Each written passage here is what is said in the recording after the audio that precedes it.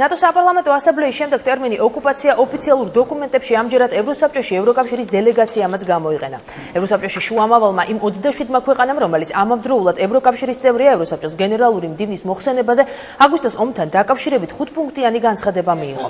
დოკუმენტში ტერმინი ოკუპაცია პირდაპირ არის ჩაწერილი. განცხადების მეოთხე პუნქტში წერია, რომ ევროკავშირი მხარს უჭერს ევროსაბჭოს გააქტიურებას საქართველოში და მოუწოდებს გენერალურ მდივანს გააძლიეროს კონტაქტი ყველა მხარესთან, რომ ევროკავშირის მონიტორინგის მისიამ შეძლოს მოქმედება საქართველოს ოკუპირებულ ტერიტორიაზეც. ადამიანის უფლებების საკითხებში კომისარმა განაგრძოს მუშაობა დაკავებულებთან დაკავშირებით, რაც არის უმნიშვნელოვანესი ელემენტი ევროკავშირისათვის. ევროკავშირი მოხარული იქნება, რომ შესრულდეს ევროკომისიის მიერ დაწერილი 6 პუნქტიანი გეგმა, განსაკუთრებით იძულებით გადაადგილებული პირების საკუთარ სახლებში დაბრუნებასთან დაკავშირებით.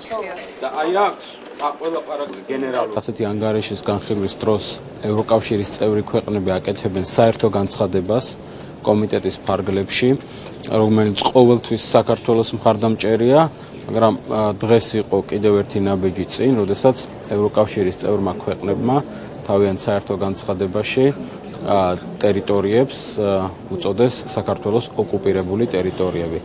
ვფიქრობ, რომ ეს დიპლომატიის თვალსაზრისით ერთი წინ გადადგმული ნაბიჯია. ტერმინი ოკუპაციის ხმარება სულ უფრო და უფრო ხშირად გაისმის სხვადასხვა ინსტანციებიდან, ევროკავშირის სხვადასხვა ინსტანციებიდან, ცალკეული წევრი ქვეყნების მხრიდან, აგრეთვე კომისიის თავმჯდომარიდან გავიგონეთ ეს სიტყვა. რუსეთს უნდა მოუწოდონ აუცილებლად, რომ ეს ოკუპაცია დასრულდეს, რომ ეს არის არალეგალური ქმედება და ჩააყენოს რუსეთი თავისი პასუხისმგებლობის წინაშე.